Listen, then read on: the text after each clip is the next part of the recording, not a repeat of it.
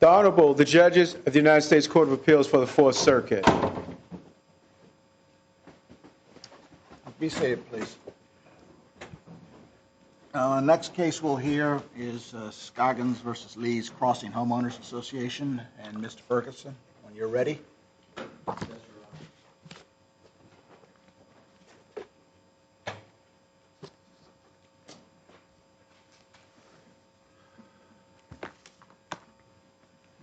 May it please the court, my name is Charles Ferguson, and I represent the appellants in this Fair Housing Act dispute.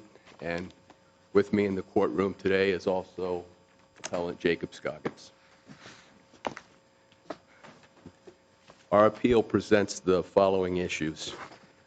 They are whether the district court erred in granting summary judgment in favor of the appellees when the appellants demonstrated that an accommodation request was both necessary and reasonable as a matter of law, whether the district court erred in granting summary judgment in favor of the appellees when the appellants proved that the modification request was necessary as a matter of law, and also erring in dismissing defendant Merritt and not holding him individually liable. It's probably not helpful to couch it that way. It's probably better to couch it in terms of the ramp and then the use of the roads, wouldn't it be?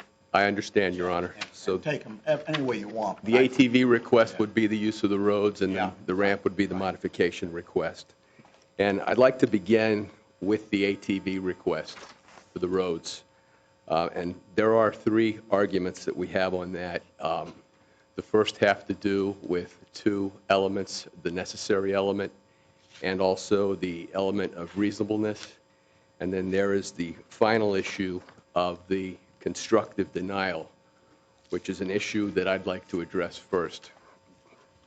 It's undisputed that on May the 9th, Debbie Scoggins sent an email to the property manager and to the association requesting the use of an ATV for her son Jacob to use in traveling the roads of Lee's Crossing to visit friends and also specifically to work for a neighbor who had employed him.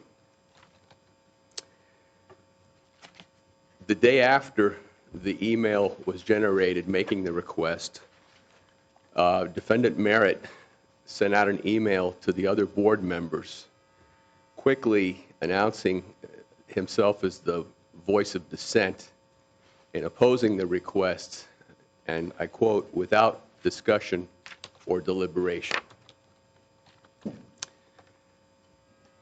Scoggins waited to hear back from the association about the request. There were two board meetings. One occurred in July of 2009. The other occurred in September 17th, 2009.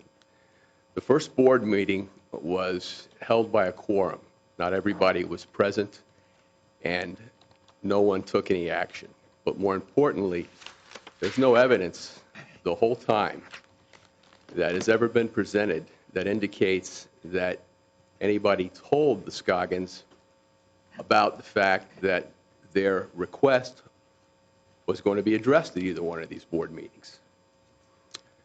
Between July and September, the board took no additional action to gather any information or gather any facts about the request, about Mr. Scoggins' disability, about the type of ATV he wanted to use.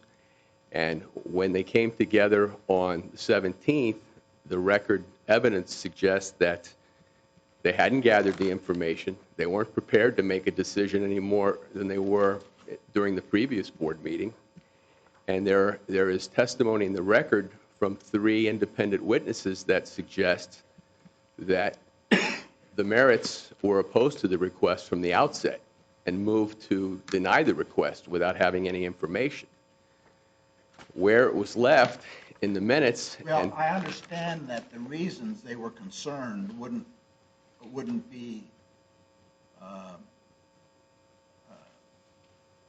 influenced by further information. Their concerns, I guess, were safety considerations. The roads had a speed limit and the idea of traffic there and liability. And actually some laws, too, that we're worried about. That's correct, Your Honor. So I'm not sure that that's a circumstance where they would have needed more particular information. Did they ever communicate those reasons to the Scoggins? There is no evidence in the record to suggest that there was ever any communication. Not an email, not a letter. All of these individuals. How did the Scoggins learn that they weren't allowed to use the ATV on the public roads there? Prior to the time. On the development roads. Prior to the time, prior to them sending out a second request, they had incrementally learned from neighbors that they had ran into who attended the board meetings what the outcome was and what the discourse was during the board meeting. But more importantly, Your Honor, the Fair Housing Act requires some sort of deliberation.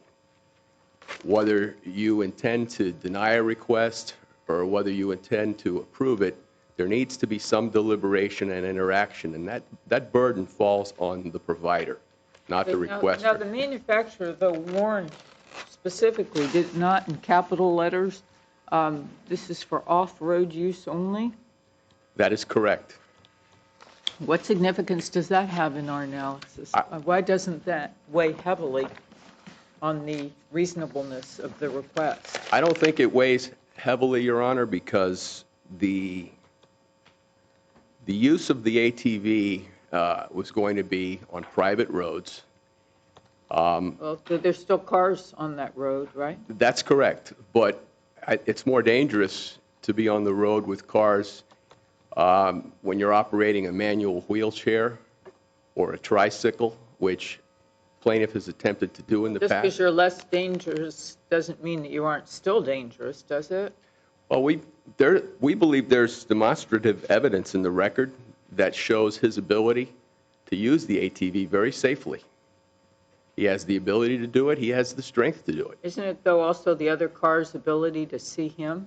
Isn't that part of the issue? The ATV would actually make that issue better for our young man because he'd be more visible. He wouldn't be, the other apparatuses place him lower to the ground and out of sight. The ATV would actually raise his level. Other vehicles would be able to see him a lot easier on the road. You're saying easier than in a motorized wheelchair? Correct. Or a manual wheelchair or a tricycle, for that matter. Was he allowed to use those on the roads? That's the other issue, Your Honor. It's not easy to do those. They cause excessive... I'm asking, would he be allowed to? It seems to me those should be excluded from the roads, too. That's never been made an issue in this case, as far as whether he was allowed or not allowed to do that. But... Did the record show what the speeds of the ATV, the range of speed, maximum range? I don't recall what the maximum speed is on the ATV, Your Honor. I do believe the speed limit in the roads there is 30 miles an hour. But the safety is an issue that they put forward, and they retained an expert in this case. The expert in this case is not a physician. He's not a rehab specialist. He is an engineer who I believe is involved in crash impact. He doesn't have any intimate knowledge of Mr. Scoggins' abilities. He's never observed him operate the ATV. We have record in the evidence in the record, that indicates that Mr. Scoggins was given training on how to operate the ATV. His father testified. Was that the issue? I didn't think that was the issue at all. I didn't think it related to his operation or he in particular. I think it related to the use of ATVs on the roads. Well, that's what they say. Then should we assess whether that's reasonable? That's the argument, Your Honor, and it's not reasonable because the covenants themselves specifically allow for the petition to use an ATV by any homeowner there. And that still exists in their covenants. You're saying on the road? Absolutely. I'm confused. You're saying the covenants The specify? covenants for lease crossing specifically allow a homeowner to petition for the use of an ATV on their roads, and it's subject to a nuisance analysis. Now, one of the concerns they had was that the ATV would spook horses. But we've shown that their own employees use off-road vehicles, and motorcycles, which are certainly create a higher level of noise, would spook horses, and they're not prohibited in the lease crossing community. So the reasonableness argument to me seems to be unreasonable, for lack of a better word. And then as far as the necessary element, demonstrated Does that Virginia law prohibit the use of ATV on public roads? on public roads, I these are... understand, but I mean, is that what it's prohibited? Yes, Your Honor, that's correct. That's correct. And so Can moving... you tell me where in the record you have a final decision from the Homeowners Association on either one of these matters? On the ATV On the request? ATV or the other?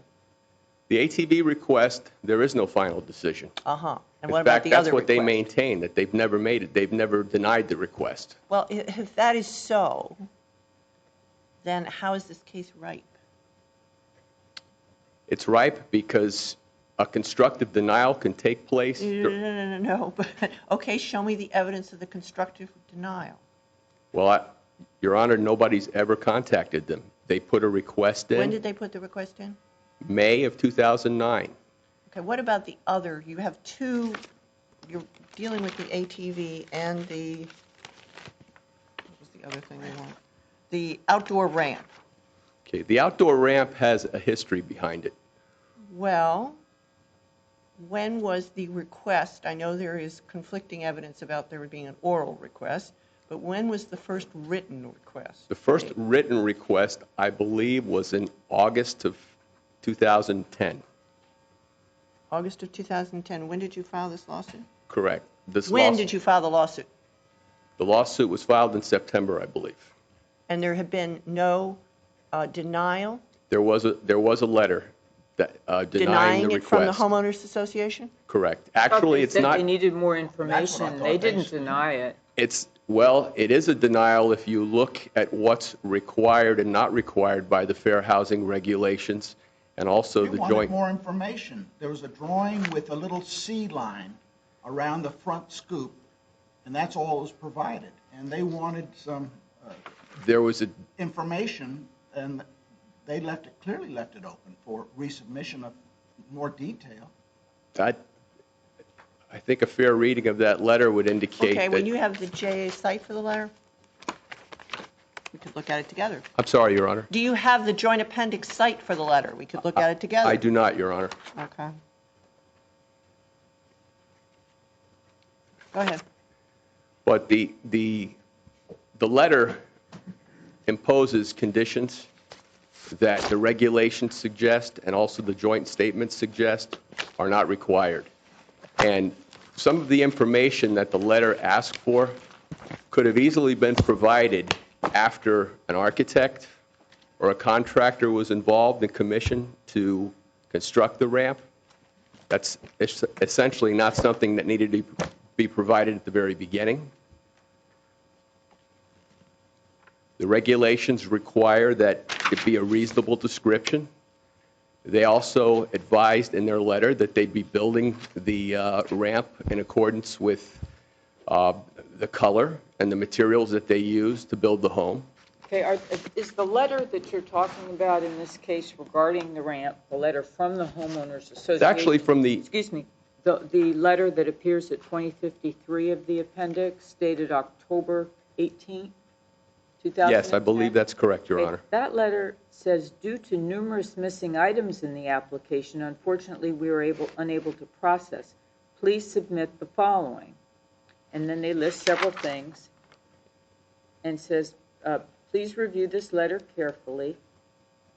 Then they say this application is denied as incomplete and we're unable to process at this time. Above is a list of items currently missing. Please recheck your application.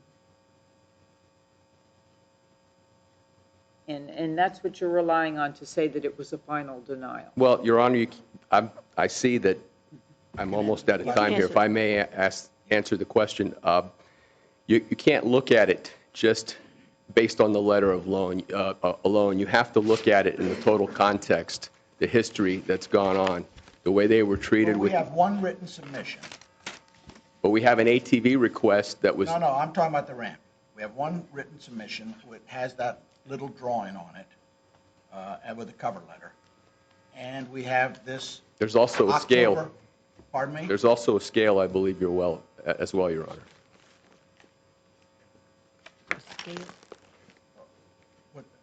What are you talking about us? With the size, that demonstrates the size that the ramp would be. Where's that? It should be in the attachment. I see a layout of the house. I'm looking at 2039. There's a layout of the house, and there's a handwritten C drawn on the side of the thing. It just goes. Showing where the location's Yeah, going to be, and there there's should be no dimensions, no size. there should be a scale on there that denotes 1 inch is 20 feet, I That's believe. for the drawing of the house. Well, it also would show the size of the ramp as well. Take a look at that with me, 2039. I don't have it with me, Your Honor. You don't have the joint appendix with you in court? I don't, Your Honor. Okay. Well, you know, when you come to argue a case, you should have the record, and you should be able to point to any part of the record you rely on to help us. That helps the argument. I But understand. I can suggest to you that this is a hand-drawn C shape, L channel shape, and it says ramp. And it's drawn on a location survey of the house. And the response, and then you have that cover letter which gives what you recited. And the response basically says, provide us more information as well, determine whether you need a building permit, and assure us that that's okay. I submit if you go ahead and follow through with that, you may well get it. That's a possibility, Your Honor, but based on the history that's occurred, Now, the history It's pretty short with It's respect to pretty this. short history. There was a discussion earlier, years before, about putting a ramp up, and the person they spoke to sort of put a halt to that and say, oh, I'm not sure you can do that. And so why don't you put it in the garage, and they put it in the garage. That's one incident. The first incident was to build out on the back when they were building the house. Now that, as far as I know, is the history of the ramp. Then, years later, they submitted this ramp in writing with that one letter and that drawing. And the response is, we need more information before we can process it. And they actually did a little more, too, because at the end of the letter, it says, please note that this is not a substantive denial of a request for a second ramp. It merely requires you to provide a complete application so we can properly determine what you wish to construct. So they're being really clear. They're inviting the Scoggins to give them the information they need. They're saying, we're not turning you down by this letter. We're just saying you've got to give us more. that it wasn't their interpretation that they were inviting more information. Well, that's just what they said in the That letter. I just read you Mr. Merritt's letter. Well, but again, I go back to the history and what's occurred between the parties. In 2003, they verbally made a Oh, request. when was this? This was 2010? This is 2010, 7 years before, correct? and they had that oral conversation which led to the building the ramp in the garage. Yes, it did. Okay, well, now that's hardly relevant Evidence to of their the bad 7-year later request for a ramp where they submit a letter. Well, there were more requests, Your Honor. There were verbal requests again from Mrs. Scoggins, and in both cases, Mr. Merritt summarily Why did she rejected the submit a letter? request. Doesn't she have to submit a letter? I mean, you're going before a board, you got to have something in writing. I think the initial request can be done verbally. I don't think it has to be How are they gonna have a conducted in discussion? writing. They can meet and have discussion. That's something they're free to do. But that's not something that's ever really happened in this case, All right. up until the letter that you're looking at. All right, you've got 6 minutes on rebuttal. We'll have you back. Thank you, Your Mr. Honor. Dingman?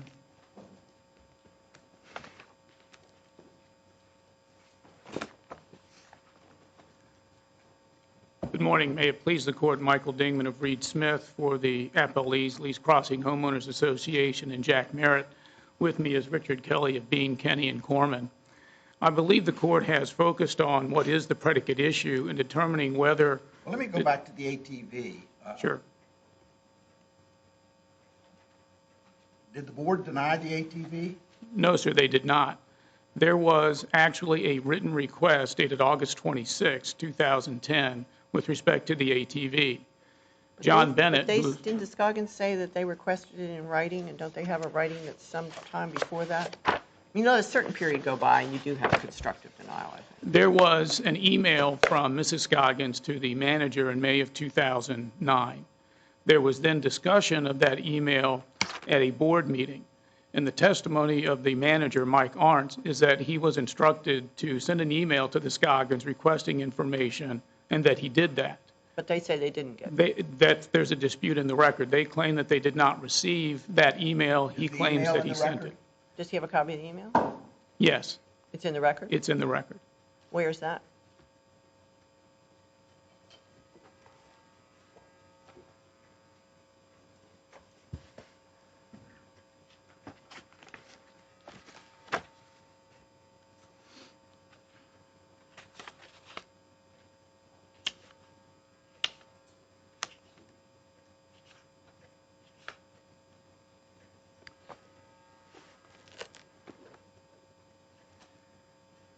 I'll have to provide that for the Court. I thought I had it here in my notes. Okay. There was Is there evidence in the record concerning the use of the ATV by other people, use of ATVs by other people in Lee's Crossing? No, there's no evidence of any use of the ATV by others.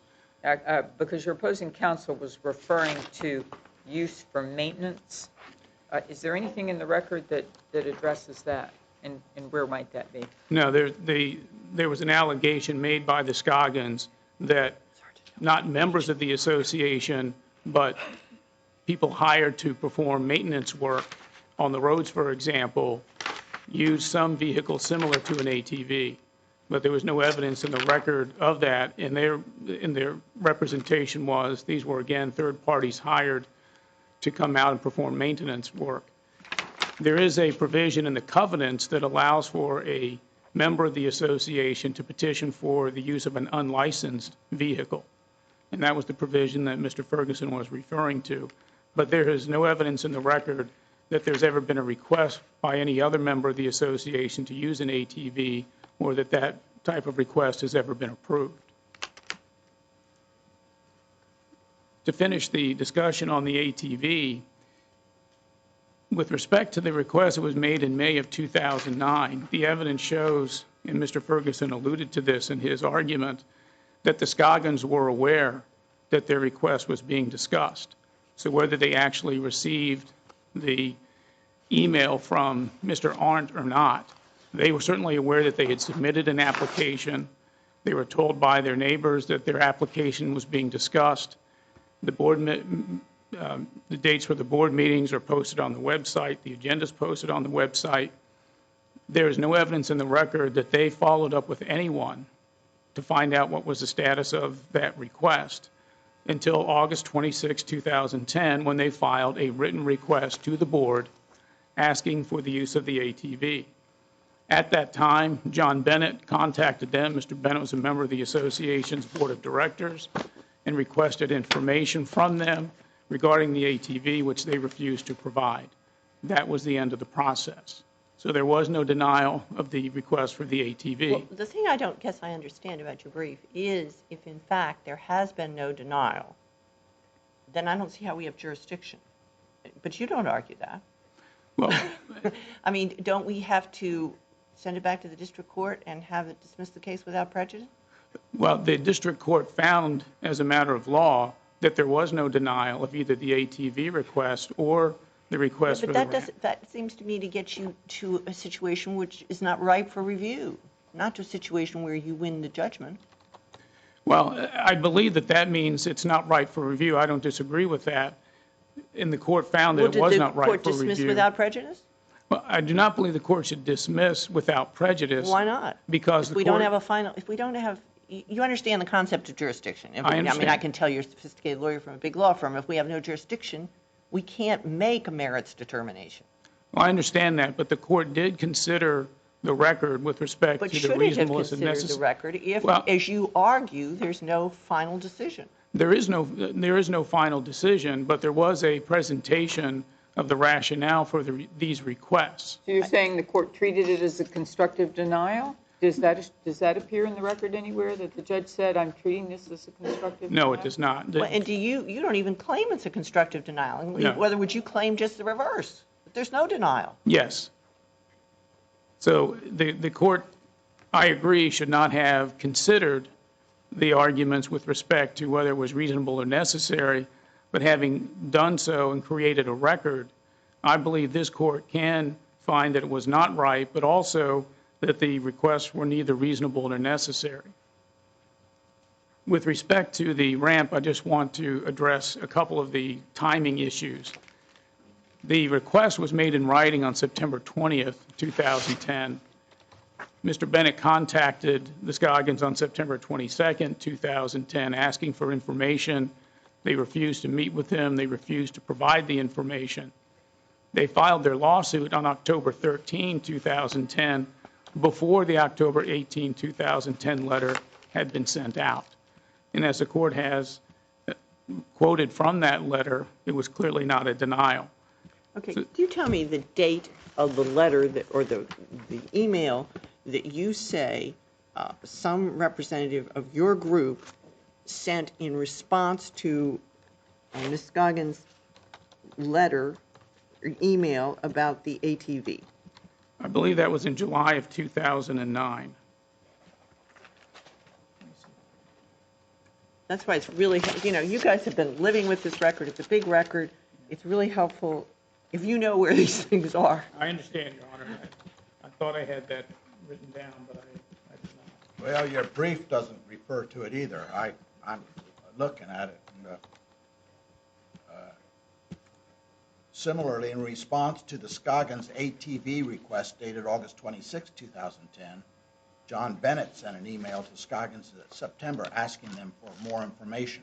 But No yeah. response was ever received. I have that, but that is, I thought, we're talking about a 2009 email from Ms. Scoggins. And so the 2010 letter in September doesn't strike me as a prompt response. But you said there was another response There in was. July 2009, and that's what I'm looking for. Well, now that I'm looking at the record, I believe there was an email from Mr. Arndt to Mr. Beckwith regarding sending the email to the Scoggins. Aha, 2146 is what it Yes. says in the, I don't know if that's true because That is the correct everything is, citation. the numbers are not, sometimes don't give you the page you want. But that's what the index says. See if 2146 has it. This is a draft of the email that Mr. Arndt proposed to send to the Scoggins, and he asked for input from the board members. Oh, so we don't know if he did send it. Well, he testified that he did send it. But he doesn't have a copy of what he did send. That's correct. But We would have saved a lot of time if you told me that at the outset, I'm sorry, I was confused with the draft email that he sent to the board. which is at 2147. Correct. Right. In his testimony, Mr. Arndt's testimony was that he did in fact send that email to the Scoggins. They, of course, claim that they did not receive it, so there is a fact dispute. Doesn't his email machine have the capacity to bring up what was sent? My email machine, which I bet isn't cutting edge. can do that. You would think, Your Honor, and we certainly hope that Mr. Arndt had saved that email, but we were not able to recover that. Well, it sort of indicates he didn't send it, doesn't it? Well, his testimony was clear that he did send it. Well, he has this draft. He must have had to retrieve that from sent messages, too. I understand, and there's no explanation as to why we could not find that email from him. There was evidence, nonetheless, that the Scoggins were aware that this issue was being discussed by the board because they were told this by their neighbors, as Mr. Ferguson pointed out. They made no effort to contact the board or Just to want to be sure follow up. we're on the same page. Sure. I'm going to whether we have a constructive denial here or not. And if she asked for this in 2009 and she doesn't get a response until the fall of 2011 because she never gets a draft email, then I think she's a pretty good argument. There has been a constructive denial, don't you? Well, the next request, and the request that's at issue in this case, was the written request of August 26, 2010. So, Well, but you acknowledge that she made a written request in 2009. How many requests does she have to make? she made a written request in May of 2009 to the manager, and the board instructed the manager to contact the Scoggins to obtain information. They believed that that had been done. Obviously, there was a miscommunication between Mr. Arndt and the Scoggins, but it seems to me it's incumbent upon the Scoggins, especially when they know that it's being discussed at board meetings, to take some affirmative step to either contact the manager or the board or come to a board meeting and ask, what is it that you want to know about our ATV request? And they didn't engage in any of that Let's just conduct. hypothesize that what they say is true. That she, because I think for purposes here, we've got to, right? That she sent the email in 2009, and she gets no response until she sends another email in 2010. But she's told in the interim, Your Honor, that the Who board tells her? is considering Her neighbors her tell her request. that's what she's supposed to do is rely on, she gets no official. I understand that, but she knows, the Scoggins know that the board is considering and asking for information. Now, maybe Mr. Arndt and Mrs. Scoggins never communicated, but they were aware that their request was being considered by the board. It seems to me that they had an obligation to come forward and ask or clarify what is it that you're considering and what do you need from us. When they came forward with a written request directly to the board in August of 2010, there was a prompt response from Mr. Bennett. They refused. Where's the 2010 request on the ATV? You happen to know where that is?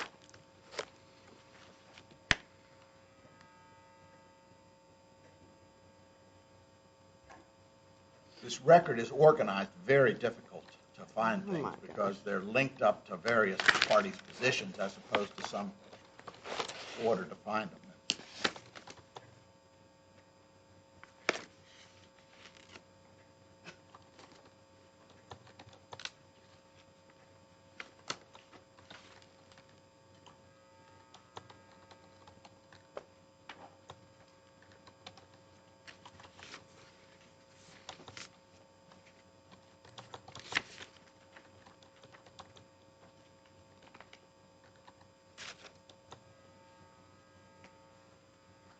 I apologize, I cannot find that reference in my notes. Well, there's an August 26th. Is that the date? Yes, August That's 26, that's on page 2010. Bottom right, it's impossible. Yeah, 1205.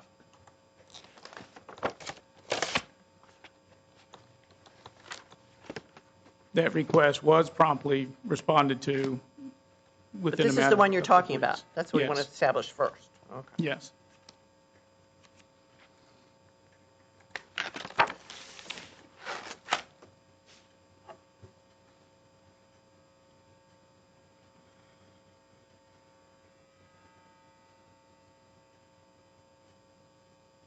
All right, so she basically recognizes that it's being discussed, Right. but she says you're ignoring them, basically. It's getting long. I'm now making another request. Right. And what was the response to that August 26th?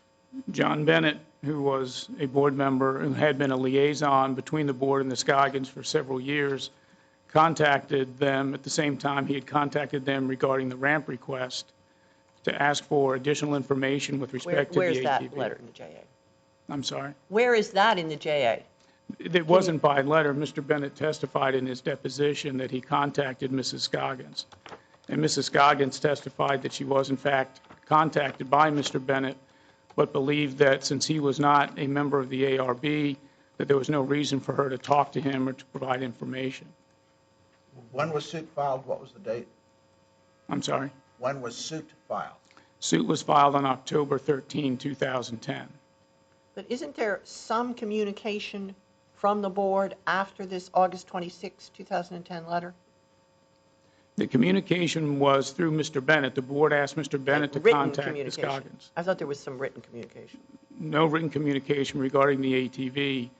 The process that the board had followed in years past in addressing a variety of issues with the Scoggins was to have Mr. Bennett be the liaison because he had a relationship with them. So they simply followed that same pattern, asked him to follow up and actually to go to their home and meet with them to obtain the information necessary. What's required to get the board to come out with definitive responses on both these requests? What's required with respect to the ramp is set out in the October 18, 2010 How letter. about the ATV? With the ATV, what they were asking for is what is the type of ATV? They've got that, right? Has it been, well, the Scoggins represented that it had been specially adapted. So they wanted to know, is there some special adaptation with respect to this ATV? What is exactly? I thought it was your position no one could use ATVs on the roads. No one can.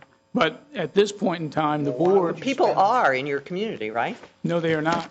Nobody in the community is using an ATV. Not on the, to our knowledge, not on the roads. They certainly do not have And permission. your people testified to that. I thought it was agreed that some people were using them. The only mention of that had to do with maintenance workers who come out every so often to do work with respect to the roads of the community. Are they people They are people, but they're not, who are using ATVs on the roads of the neighborhood? no ma'am, they're using what are called gators, which is a different device, and there is no evidence in the record of where they use them, Okay. but it's infrequent, and our understanding is it was on the side of the road to facilitate their maintenance of the roads of least crossing. But no, there's no evidence in the record that any member has ever used an ATV on the roads. Well, why are you then insisting on having information about how his is adapted? Because you don't care. You have a blanket rule against Well, it. understand at this point in time, the board was taking this issue up for the first time. They didn't know, for example, Well, I that there thought was. they had it back in '09. You know, Well, Right, they, but considering both the it. board's process and this record are sort of similar. You know, it's a lot of confusion, and it looks like there isn't anything focused going forward. I know the board's a voluntary organization, and these are people, but they have a serious request here before them. One is to approve that ramp.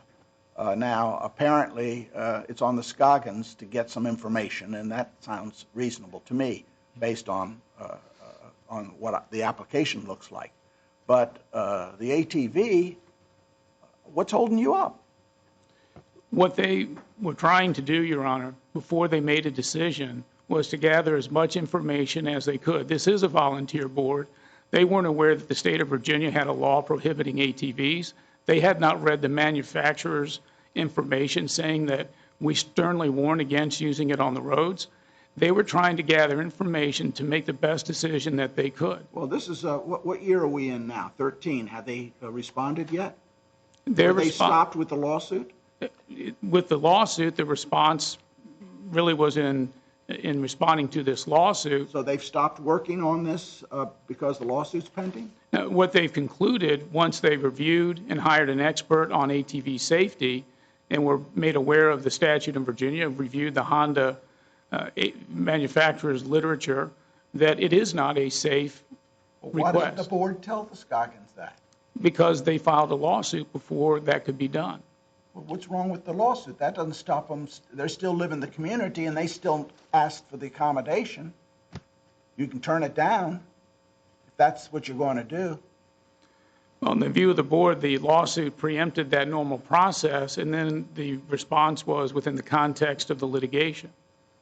And clearly, the response in the context of the litigation is this is not a safe activity, and that's the reason for its denial. Can you make any representation to us about what the board would do, is going to do on both of these issues?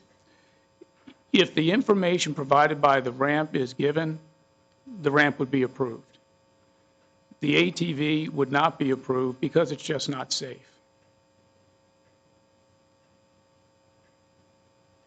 Sounds to me like you guys ought to be able to go out in the hall and work this out. We have tried, Your Honor, But the Scoggins refused to participate in the process. They've taken the position that they are not required to provide the information with respect to the ramp. And in the context of trying to resolve even this appeal, that was the holdup. They refused to go through the process. If they had done that, and it's been 2.5 years now, the ramp would have been approved. Mr. Merritt said as much in one of the declarations filed with the district court. This is simply a board trying to follow its covenants, same covenants that the Scoggins had complied with numerous times before. Or assertedly violated according to the board numerous times before. And I think that's So conceded. when you're recounting history, you've got to fairly recount it. Well, I understand that there's no question there were issues with the Scoggins in the past, but those had all been They've been unfairly resolved. treated by the board. What's that? They believe that they have been unfairly treated by the board. And the information in the record demonstrates that there were letters from the Scoggins apologizing to the board for numerous violations. But whatever those issues were, the board was able to work through them by interacting with them and exchanging information. The board would have done the same thing here. Mr. Merritt and his wife were 2 people on a 5-member board. If they had provided this information, the board members were all in agreement that they would have approved this ramp. But there's a certain policy, a certain procedure that the board feels compelled to follow. So if that had been done, then yes, that would have been granted. Thank you. Mr. Ferguson?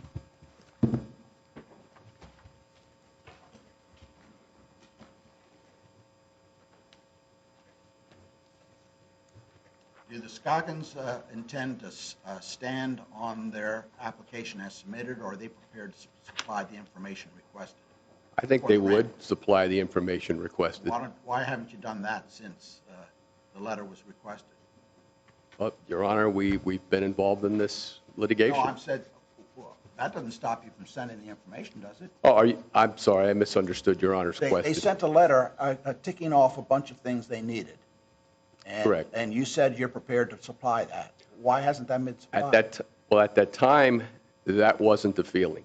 And the reason... What do you mean the feeling? They asked for something, and they said, we're not denying it, we need this information. And you said you're prepared to give it, so why not give it?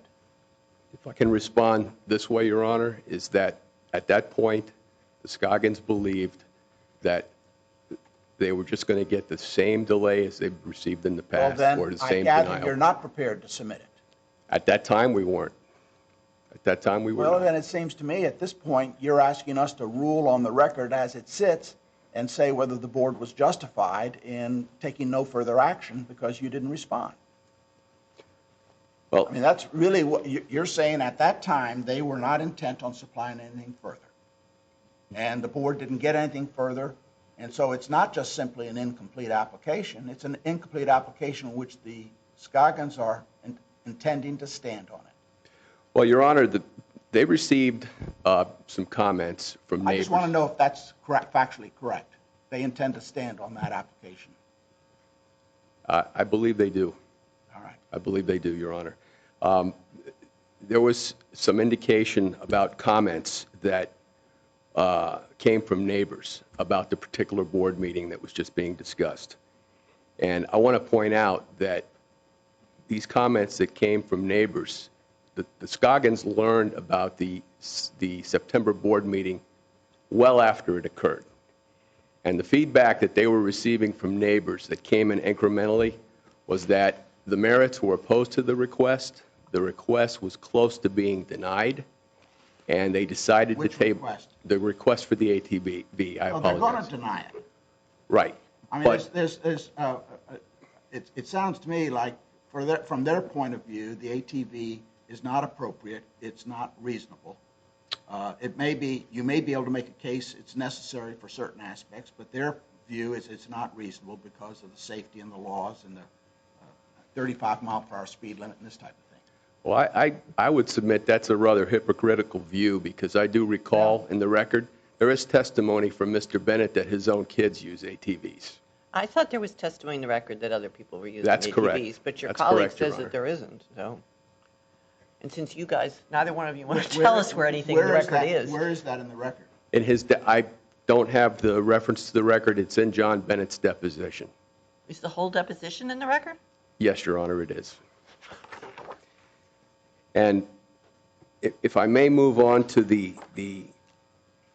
it would be the August the 26, 2010 request for the ramp, and then John Bennett's response. John Bennett's response was received as being totally disingenuous, because there is commentary that's going back and forth where the so-called liaison person who was assigned to help the Scoggins address earlier covenant violations that occurred years before, he was the person that was supposedly assigned to go visit with the Scoggins after the September 2009 board meeting. And he's the liaison. And now he's responding to these emails. What's the nature of your son's disability again? Who is your son? What kind of ATV? I mean, it came across so totally disingenuous for somebody who's so involved in the process, and nowhere mentioned in that email is any comment about, Mrs. Scoggins, I tried months ago to reach out to you. I drove by your house on this particular date. I sent you an email on this date.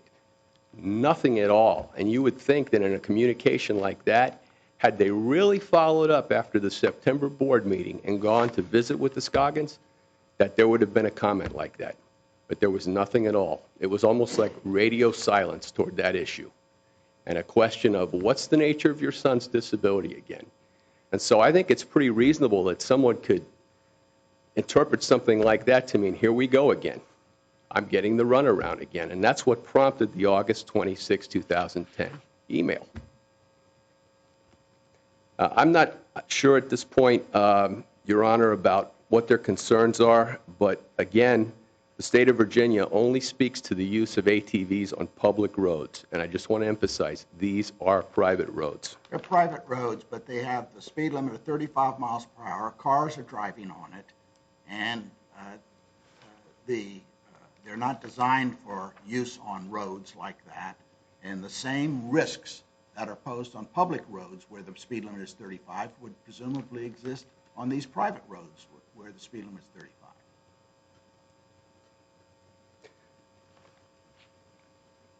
Well, I believe, Your Honor, that it's an alternative. It presents a safer alternative than anything else that anybody else has come up with. And there was never any objection to him taking to the roads in a manual wheelchair and a tricycle, and that's certainly a lot more dangerous. At least an ATV has a comparable speed to an automobile. At least an ATV places someone up in a position where they're more easily you're seen. arguing now for why they didn't oppose a bicycle or a tricycle or something else on the roads where it's not at issue in this case. I would respectfully submit if somebody said, I want to use wheelchairs on the public roads, the state of Virginia wouldn't approve it, and I would say the same thing that on the private roads it wouldn't be approved either. But that's not before us. That issue, and to argue that seems to me doesn't advance the ball. I think the issue in this case is we have two requests for accommodation. We have the ATV, which from all indications in this record and from the state's council are going to be denied for safety reasons, if they haven't been denied. And the ramp, which they say might be approved, you're skeptical about it, but the record leaves it at they've requested information, and you've taken the position you're not going to submit it. And so it seems to me you're leaving us with only the choice to rule on the record as it is, whether the board was justified in requesting the information, because otherwise it seems to me the ramp would be a done deal by now. Correct, Your Honor. I don't know if I've done what I'm supposed to do procedurally, but I don't know whether I was supposed to reserve rebuttal time for their appeal or not, or whether I'm completely out of time. They didn't talk about their appeal. I'm sorry?